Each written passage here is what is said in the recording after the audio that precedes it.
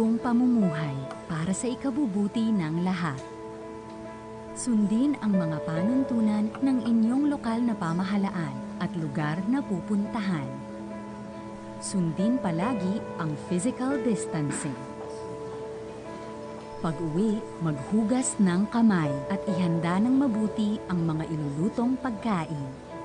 Kapag may nararamdaman, katulad ng mga sintomas ng COVID-19, kumonsulta sa doktor online gamit ang mga iba't ibang paraan ng telemedicine upang hindi na muna umalis ng bahay. Kung hirap huminga, magpakonsulta ka agad sa pinakamalapit na health facility. Maaari ring tawagan ang inyong Barangay Health Emergency Response Team o BHERT. Ang mga kapamilyang may kasalukuyang karamdaman at mga nakatatanda ay dapat mas ingatan.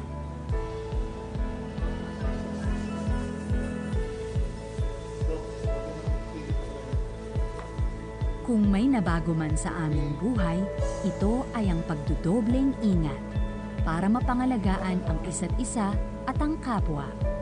Dahil ang natutunan sa bahay ay sandata. Magandang hapon po sa inyong lahat. Welcome po sa ating Beat COVID-19 Virtual Presser. Narito po tayo para magbigay ng update sa current pandemic situation sa ating bansa at upang talakayin ang mga initiatives at programs na ipinatutupad po natin kontra COVID-19. Sa panahon ongoing ang community quarantine sa bansa, nakita natin ang napakahalagang papel ng iba't ibang mga establishmento sa ating paligid na dati-rati ay dinadaanan lang natin. Ilan sa mga ito ay ang gas stations at convenience stores. Mahalaga ang mga ito dahil dito natin kadalasang kinukuha ang ilan sa ating mga essential goods, lalo na kung tayo ay nasa biyahe. Ngayon ngang nasa GCQ na tayo, inaasahan nating dadami ang customers sa mga establishments na ito. Kaya naman nais po naming ipaalala na kailangan pa rin po nating maging vigilant o mapagmatyag at gawin ang ating parte upang ma-prevent ang pagkalat ng infection. We call for everyone's cooperation. Let us all be the solution. Sa panahon ng community quarantine, nagkaroon tayo ng limitasyon sa pagpunta sa mga lugar na nakasanayan na nating bilhan ng mga essential goods dahil sa kakulangan ng public transport. Dahil dito, mas nabigyan pansin natin ang mga gasolinahan at mga convenience stores na nag-stock ng grocery items. These places are alternative shopping locations that can also cater to our essential needs. Nung nagsimula po ang ECQ, marami sa atin ang dumagsa sa mga supermarkets at grocery stores. Nakita natin sa telebisyon ang haba ng pila ng mga namimili. Kaugnay nga dito, batid natin ang takot at pangamba sa pagkaka-expose sa maraming tao. Dahil dito, nakita natin na minarapat ng iba na pumunta na lamang at mamili sa mga convenience stores at gasolinahan para makaiwas sa mahabang pila at lugar na maraming tao. Ngunit dapat lagi po nating tandaan, hindi po ibig sabihin na kapag mas kaunti ang tao, ay mas mababa ang risk of exposure. Dapat po nating isaisip na kahit saan mang lugar ang ating puntahan, mahalaga na maging alerto at sumunod pa rin sa mga health protocols mula sa ating departmento. Ugaliin pa rin po natin ang pagsusuot ng face mask kung lalabas tayo ng ating mga tahanan, observe physical distancing and proper hygiene. Kung lahat po tayo ay gagawin ito, makakatulong po ito sa pagpapabagal ng pagkalat ng virus. Upang makapagbigay pa ho ng karagdagang impormasyon, makakapanayam po natin ngayong hapon na ito sila Philippines Shell Vice President for Retail Randy Del Valle at 7-Eleven Philippines President and Chief Executive Officer Victor Paterno tungkol sa mga bagay na dapat asahan ng mga customers sa tuwing pupunta tayo sa kanilang mga stores at kung paano nila pinapangalagaan ang kanilang sarili, ang kanilang pamilya, mga empleyado at ang komunidad laban sa pagkalat ng COVID-19. Good afternoon po, Mr. Paterno and Mr. Del Valle. Magandang hapon po, Mr. Randy. Magandang hapon, Yusek. Good afternoon. Good afternoon. So narito ho tayo ngayon para ituloy ang mga kaunting mensahe po na manggagaling sa ating bisita ngayon from Pilipinas Shell, Vice President Randy Del Valle, and 7-Eleven Philippines Chief Executive Officer Victor Paterno. Unahin na po natin si Mr. Randy Del Valle from Pilipinas Shell. Mr. Randy? Hello, good afternoon. Magandang hapon sa inyong lahat. I hope you can hear me.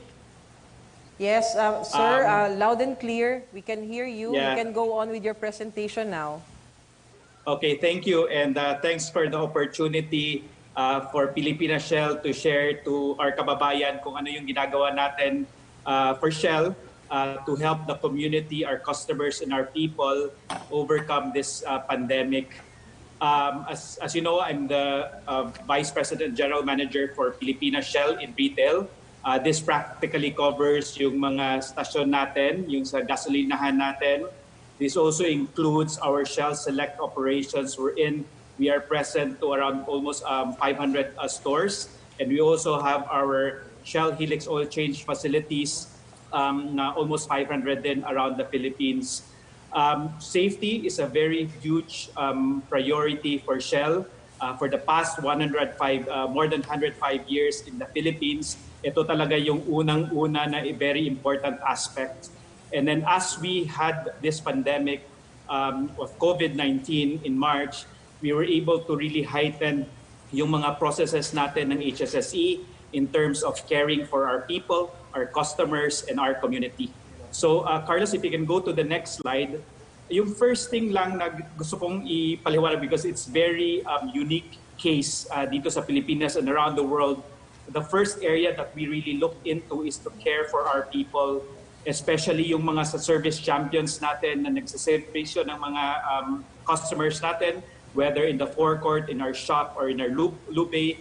We continue to support the LGU to comply with the minimum health standards protocol set by the DOL DTI and then the DOE IATF guidelines. So as you can see, we give them some the right PPEs, whether it's a face mask or mga shield for all our service champions. We also do daily temperature check before they go in and serve the customers.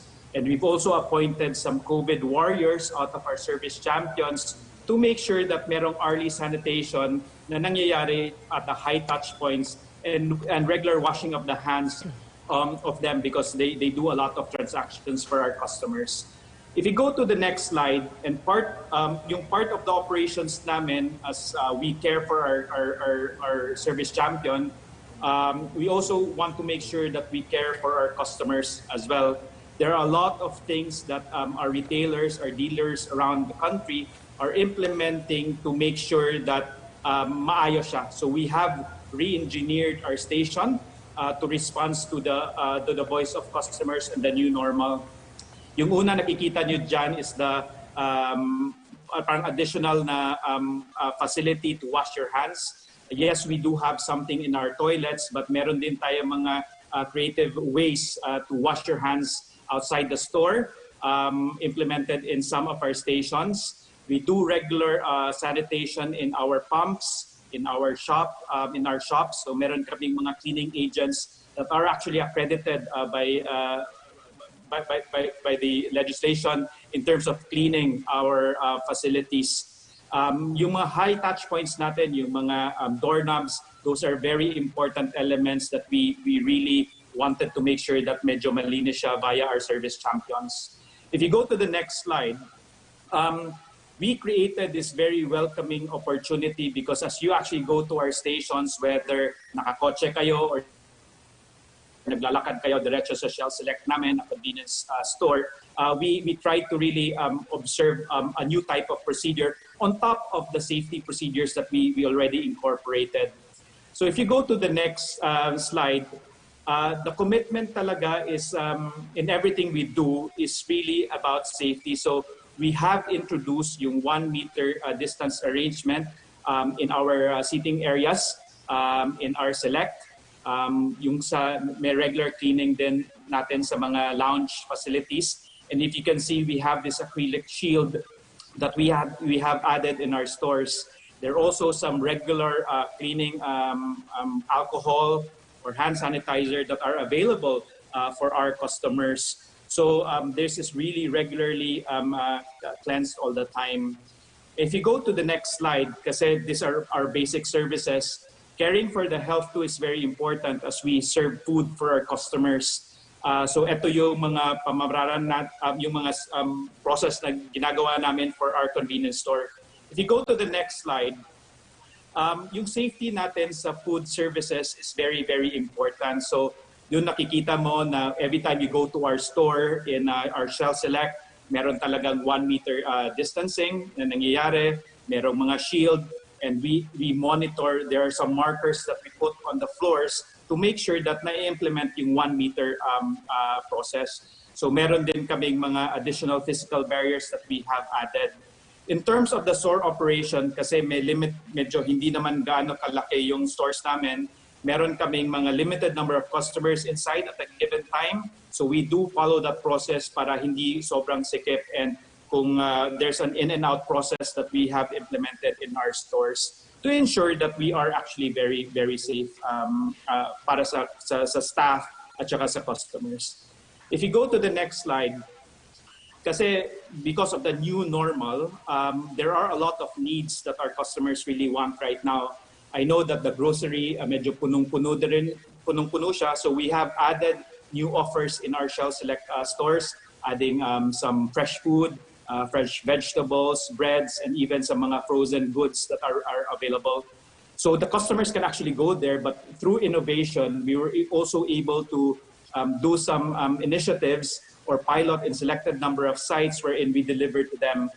So these are ready-to-cook favorites that we can actually go around Metro Manila or some other cities to help deliver it for the customers para hindi na lalabas yung customers sa bahay nila. And if you go to the next slide, and this is something that we have really done since in March, we have introduced a lot of delivery services for our Shell Select, but also the ability to deliver lubricants. So we are now in more than 100 stations around the Philippines, whether it's in Davao, in Cagayan de Oro, in Cebu, in Bulacan, or Pampanga, or in Metro Manila.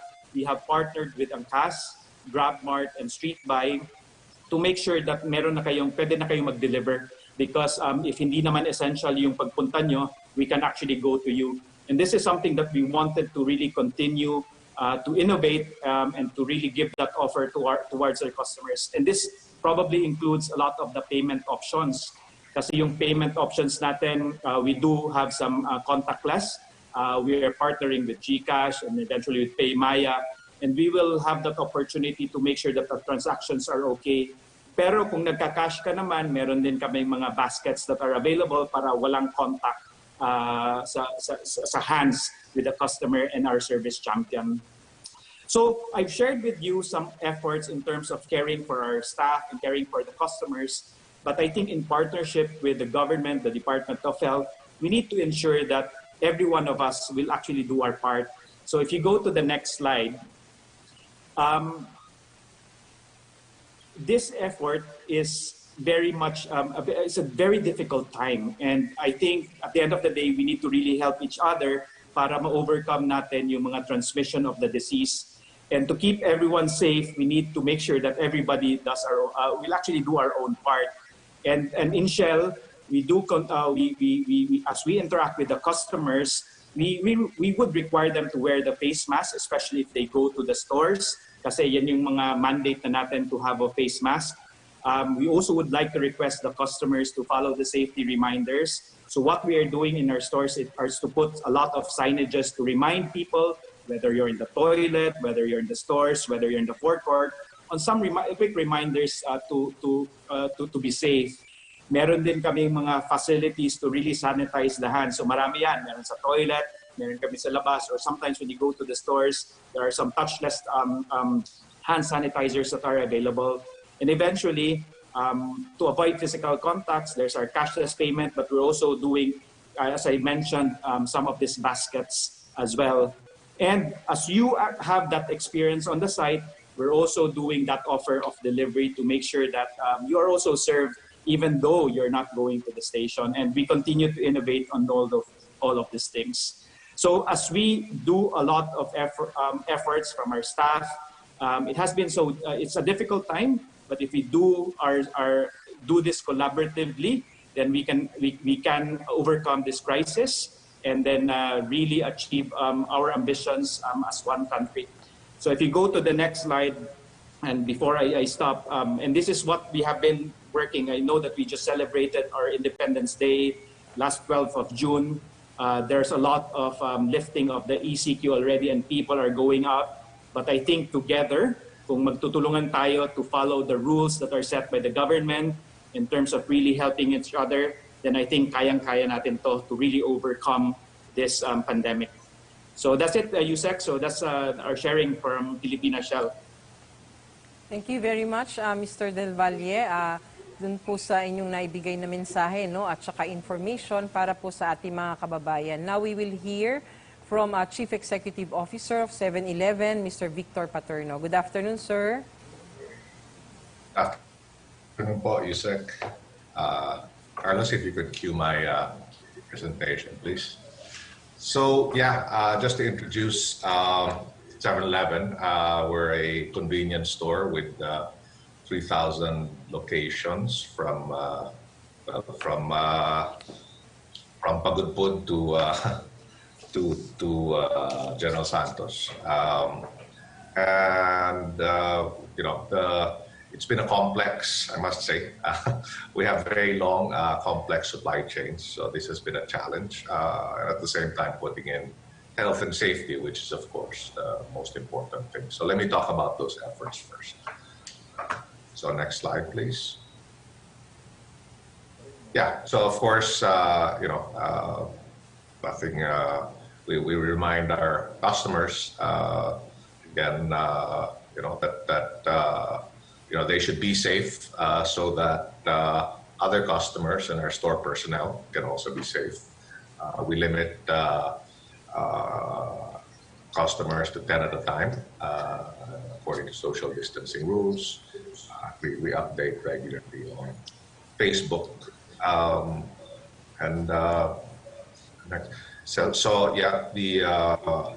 We do the scanning, no face mask, no entry, of course. Next, please. Yeah, so it's just some pictures, the foot bath, and so on and so forth. Again, these are fairly standard in other retailers. Next, please. Next slide, please. Yeah, so we wipe down surfaces every hour, especially the common handles, and we increase the number of people on the shift kasi hindi na kami 24 hours, so may extra kaming tao. So, pinapalinis namin. Next, please. Yeah, and of course, like everybody else, there's social distancing decals. Seating, I'll tell you about that later. Dati itong seat na to could fit 2 or 3 people. Ngayon, isa na lang. Next, please. Yeah, so we have the click machine.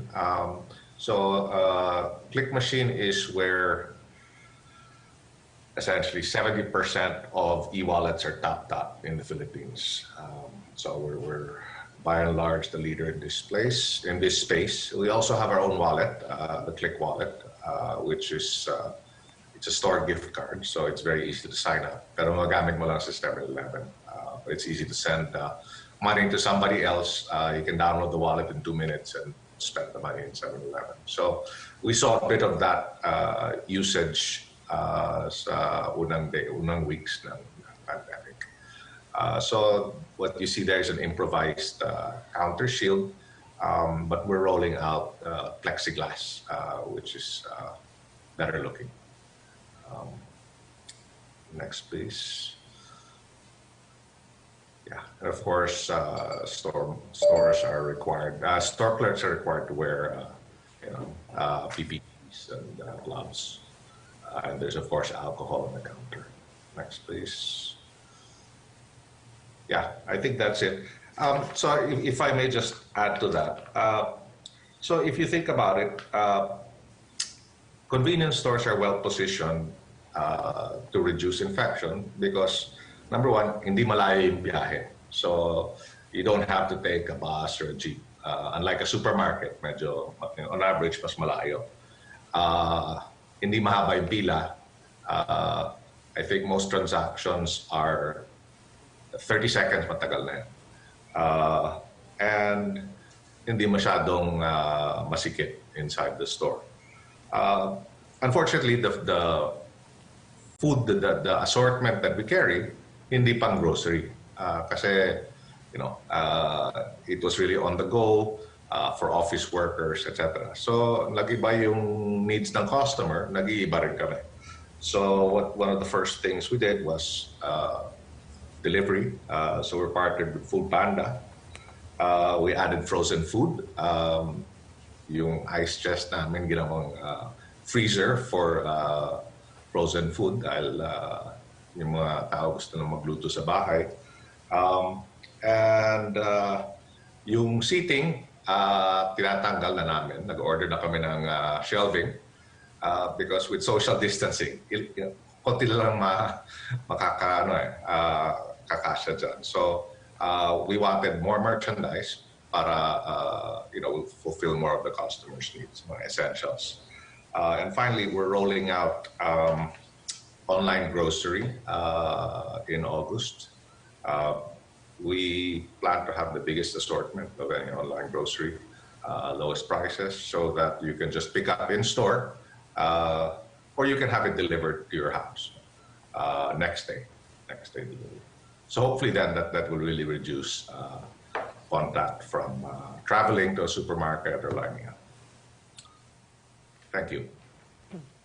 Thank you, Mr. Paterno, for that information and a short presentation. So makikita po natin, so for both businesses, nakikita po natin yung kanilang alignment with our minimum public health standards. These businesses trying their best para po maka-reduce din ng transmission sa pamamagitan po na pakikipagtulungan nila sa atin. So they like to ensure na ang kanilang kliyente, pati ang kanilang mga empleyado are safe and the transmission will be reduced when we go to these establishments. So ituloy lang ho natin sa ating question and answer. Maybe I can start with Mr. Paterno of 7-Eleven. Sir, nakakatulong po ba daw ang cashless payment upang bawasan ang contact time sa pagitan ng staff at mga customers? So I saw in your presentation that you have this wallet, e-wallet. So, ngunit paano po kung hindi naman gumagamit ng ganito ang ating mga customers? Meron po bang ibang alternatives? And ano po ang mga hakbang para gawin natin upang manatiling ligtas pa rin kahit na wala po tayong mga cashless transactions? Mr. Paterno? Yes, sir. Well, unfortunately right now, yung wallet lang po. No? So we have our own wallet. We also accept GCash. And well, the only other alternative is cash. We can look at adding credit cards in the future if that proves. Pero I think papunta sa wallet yung cashless transactions. So I think we encourage may discount sa cashless both with Click and with GCash. Actually, mas malaki pa yung discount kay GCash kasi mas marami silang pera. But if it's cash that's used, of course, nag-sanitize yung clerk and there's alcohol para mag-sanitize yung customer. Kasi alam natin yung cash, you don't know where it came from. So it's best to sanitize.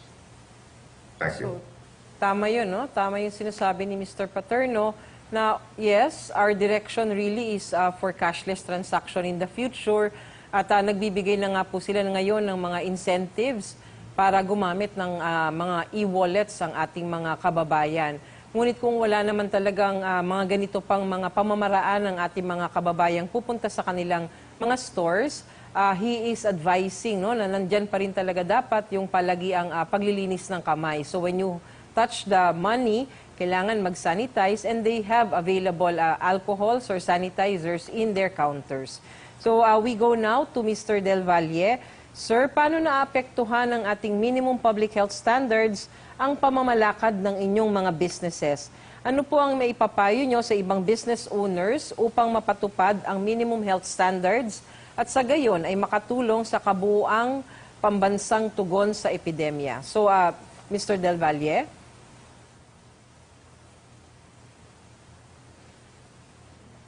Thanks, Yusek. Can you hear me? Sorry. Yes, loud and clear. Yeah. Yung sa minimum health standards, because this is really mandated naman sa government, is something that should be there as a minimum standard. So all the business owners, and this is something if I speak on behalf of Shell across our more than 1,000 operators and Shell stations nationwide, we do really comply on this because that's something that's very important para it's not just about the safety of the customers but for the people. And that's also our responsibility as citizens. So kailangan talaga siyang susundin. And I think regular communication to all your peers, kung nasa kung nasa kumpanya ka, the way you engage all your retailers, dealers are very, very important. And in Shell, we do have a lot of conversation with our retailers and our operators to just really talk about it because there's a lot of best practices naman na nangyayari sa ibang, like say for example, best practice in Pampanga that can be replicated in Bohol. So we can do a lot of this sharing and we can really promote and really improve on and work with the government to comply on this. But if I may just add lang, Yusek, kasi I know that this is a very difficult time and this is something that's very unique for us since last March. I wanted to just really reiterate that as business owners, the care for people and the care for people, the customers and community are very, very important. Kasi I think this is now that we really need to act as one country. Kasi if you care for your staff, that's a very minimum basic standards because these are the people who are really helping, and these are what I call yung service champion namin, heroes yan eh. Yes, they're not the doctors right now, but they go in and out serving our customers day in and day out. So may mga risk. So making sure that they have the proper PPE and taken care of.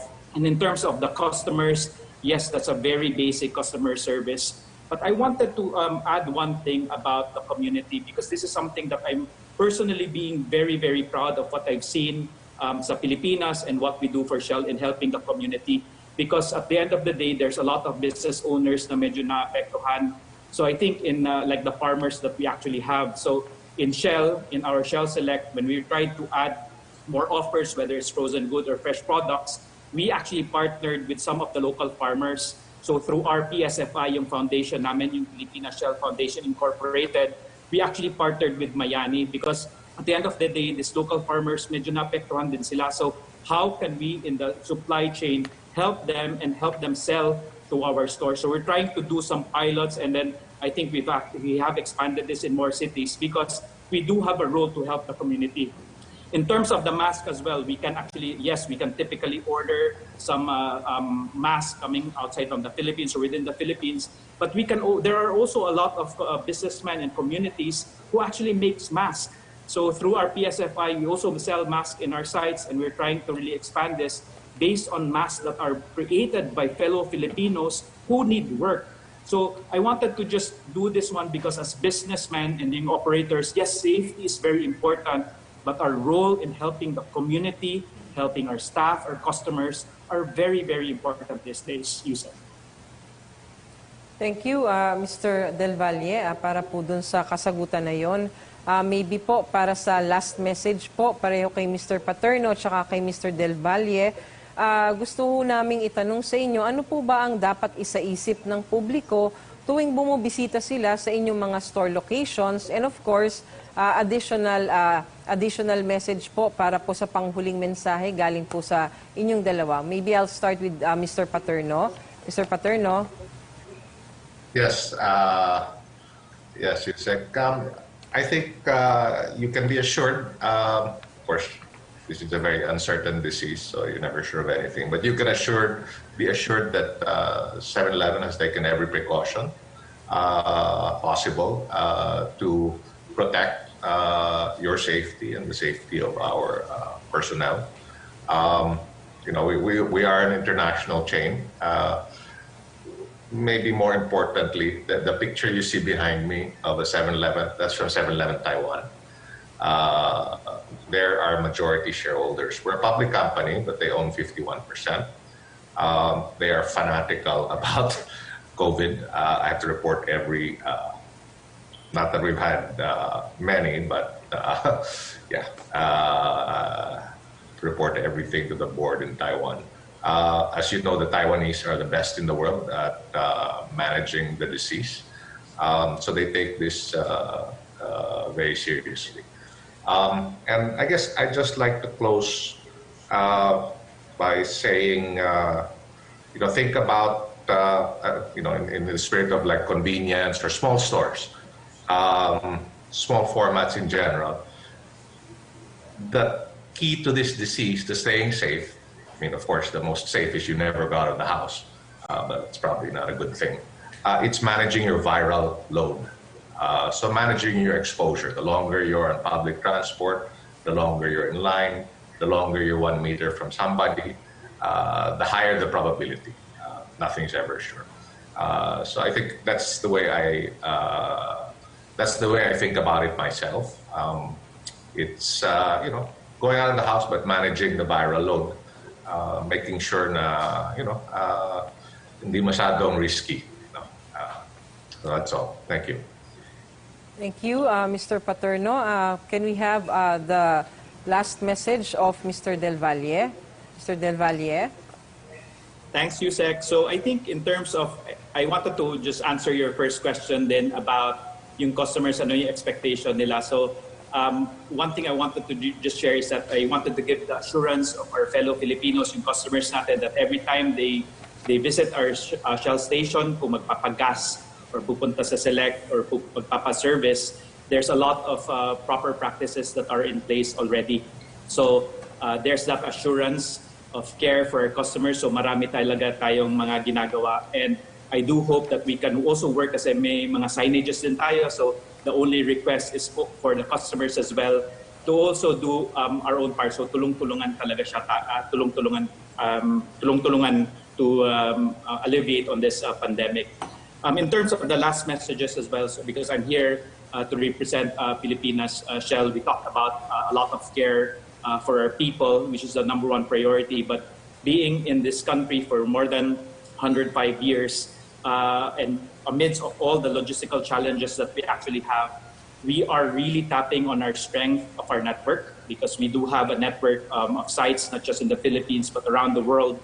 We are 44,000 petrol stations around the world. We have 1,100 here in the Philippines. And with our partners, our resources, and as an integrated energy company, we can actually continue to safely deliver and be reliable to deliver the energy products and services that's really needed for our customers, to make sure that the economy is running and making sure that the essential services are coming. So you can really count on Shell on this bit. And I wanted to also, because it's a good opportunity to be here, we are really hopeful. We're hopeful, we're giving assurance, but we're hopeful, but I am quite positive that we can actually work on this together. Lahat ng mga kababayan natin, all the businessmen, the government, if we really do this together, and I'll say it again, I said it a while ago, that as one country, as one Pilipinas, kaya natin to. Thank you very much, Pilipinas Shell Vice President for Retail, Randy Del Valle, and 7-Eleven Philippines Chief Executive Officer Victor Paterno. Maraming salamat po at nakapanayam namin kayo ngayong hapon na ito. Para naman po sa ating case bulletin, narito ang latest para sa araw na ito. Makikita po sa inyong mga screen na mula sa laboratory submissions kahapon na na-validate as of 4 p.m. today, meron po tayong 789 fresh cases na nadagdag sa ating talaan, kung saan 288 ay galing sa Region 7, 207 ay galing naman sa National Capital Region, at 294 ay mula sa iba't ibang rehiyon ng ating bansa. Para naman po sa late cases, nakapagtala tayo ng 361 cases na ang mga resulta ay lumabas mahigit 3 araw na ang nakalipas, ngunit ngayon lamang na-validate dahil ngayon lang din na ibigay ng mga laboratorio sa Epidemiology Bureau. Sa 361 late cases na ito, 110 ay galing sa National Capital Region, 32 ay galing sa Region 7, at 219 ay galing sa iba't ibang rehiyon ng ating bansa. Kaya po, ang total confirmed cases po natin as of 4 p.m. today, June 23, ay 31,825, kung saan ang nadagdag sa araw na ito ay 1,150 cases. Sa total confirmed cases po natin, meron pong 299 na nakarecover, kaya ang total recoveries natin ay 8,442. Sa deaths naman, meron pong nadagdag na siyam, kaya sa kasalukuyan po ay nasa 1,186 ang total deaths na ating naitatala. Ang iba pang mga updates ay nasa Beat COVID-19 Situation Report or CTREP. Ito ay pinopost araw-araw sa ating official DOH Facebook page and Viber community. Maaari din niyo pong puntahan ang ating COVID tracker sa doh.gov.ph. Ito ay ina-update pagkatapos ng ating presser. Para naman po sa ating laboratory updates, makikita natin ang bilang ng mga licensed laboratories as of June 22. 65 na ang bilang ng lahat ng licensed laboratories para sa COVID-19 testing. Mula dito, 48 ay gumagamit ng real-time RT-PCR, habang 17 naman po ang gumagamit ng Gene Expert.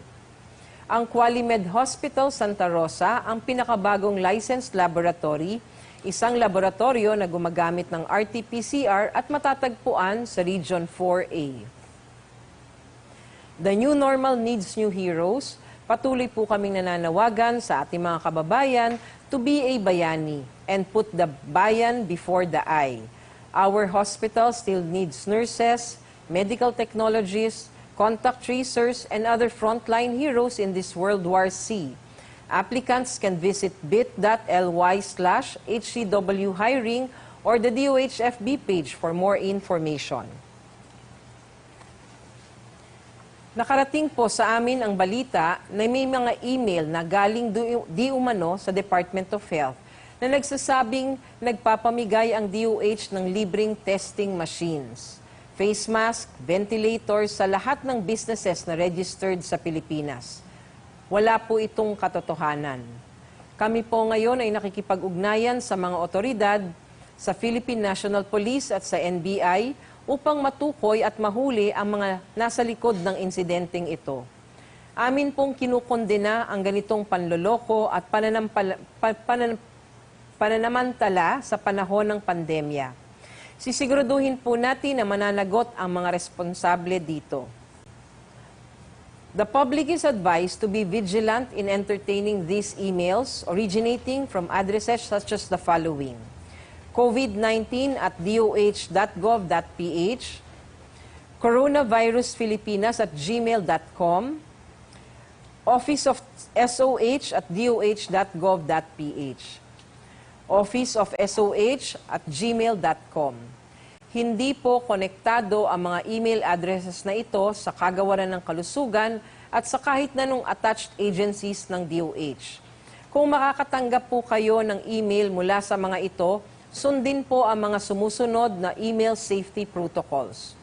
Huwag niyo pong i-click or bubuksan ang kahit na anong attached na file, kagaya ng free distribution form or COVID-19 preventive measures at iba pa. Pangalawa, i-mark o tukuyin ang email bilang spam. Pangatlo, ipagbigay alam agad ito sa DOH call center hotline sa telephone numbers 8651-7800, local 5003 to 5004, or email at callcenter@doh.gov.ph na makikita po sa inyong mga screens. Ang mga email galing sa addresses na ito ay maaring fraudulent attack o mapanlinlang na paraan upang nakawin ang inyong personal information and data at maaring ilagay sa peligro ang integridad ng inyong network. Manatiling mapagmatsyag at huwag po tayo magpapadala sa mga masasamang loob na nais pagsamantalahan ang ating pagkabahala sa panahong ito. Para naman po sa question and answer for today, galing po kay Van Villegas ng Business World, Iloilo Representative Congresswoman Janet Garin is pushing for pooled testing for COVID-19, saying this would also cut testing fees.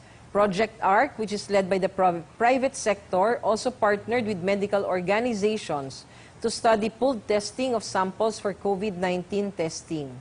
Has the DOH studied pooled testing for COVID-19, and would the department recommend this? Pinag-aaralan na po ng ating COVID-19 Laboratory Expert Panel or CLEP ang pooled testing upang higit pong ma-maximize ang kapasidad ng ating mga laboratorio.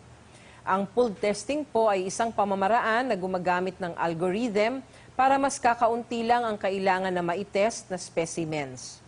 Ipagsasama-sama po ang iba't ibang specimens at kung negative ang pooled sample, ibig sabihin negative ang lahat ng specimens na bumubuo ng sample na yon. Kasalukuyan pong sumasailalim sa ethics review ng SJREB bago magsimula ang pilot study ng pooled testing sa RITM upang matukoy natin ang appropriate na bilang ng mga specimens na gagamitin para sa pooled testing.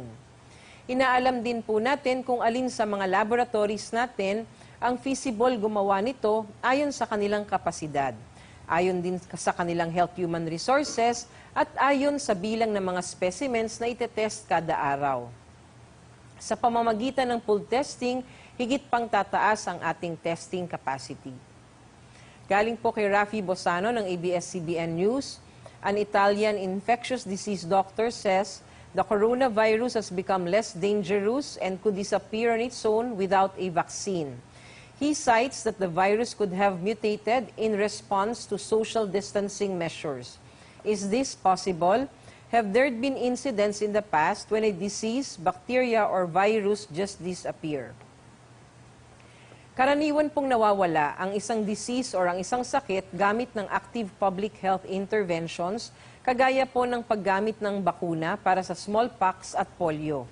Meron naman pong ilang sakit na may seasonal variation o tumataas at bumababa ang bilang nila ayon sa panahon, kagaya po ng dengue, ng trangkaso at ng leptospirosis.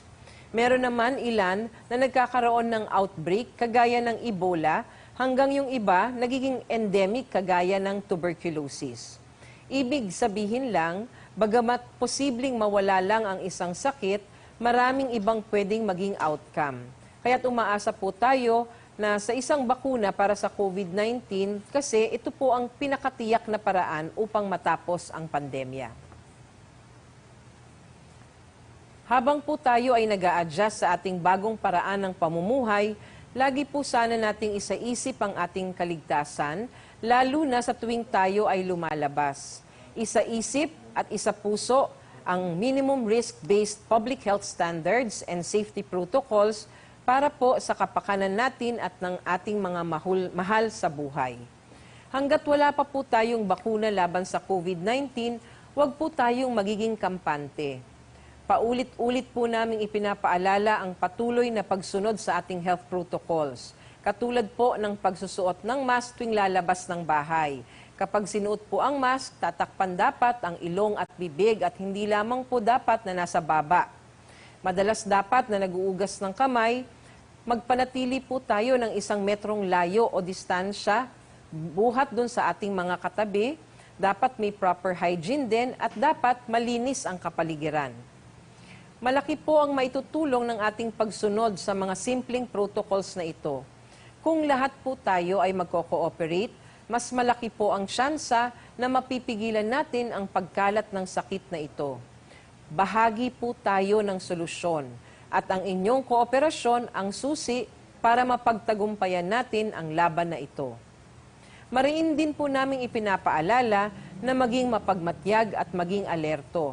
Ang ating kaligtasan at ang kaligtasan ng ating mga mahal sa buhay ay nakasalalay sa kalusugan ng mga taong nakakatabi natin at nakakasalamuha. Aalalahanin din po natin sa bawat bagay na ating gagawin, hindi lamang po sarili natin ang naaapektuhan. Apektado din po ang ating mga pamilya at ang buong pamayanan. Let's be responsible for ourselves, for our loved ones, and for all the members of the community. Yan po ang true essence of being a bayani at tunay na bayanihan laban sa COVID-19. Bago po tayo magwakas ngayong hapon, nais po naming ipaalala na ugaliing mag-fact check. Samot-sari pong articles at social media post ang kumakalat online. Kaya bago po natin ito i-share, tumingin muna tayo sa verified at legitimate sources lamang upang masigurong tama po ang impormasyon bago nyo po i-share. Tandaan po natin, buhay at kaligtasan ang nakasalalay sa bawat click at share natin sa social media. Maging mas maingat sa pagpapakalat ng impormasyon, lalong-lalo na sa ganitong panahon ng pandemya. Para po sa karagdagang mga health tips, puntahan po lamang ang Healthy Pilipinas website at ang Healthy Pilipinas Facebook page. Makakatiyak po kayo na ang ating mga tips at advisory sa website at Facebook page ay tama at kapaki-pakinabang. Maraming salamat po sa inyong lahat. Mabuhay po ang mga Pilipino na patuloy na lumalaban sa COVID-19. Tandaan, together we can beat COVID-19.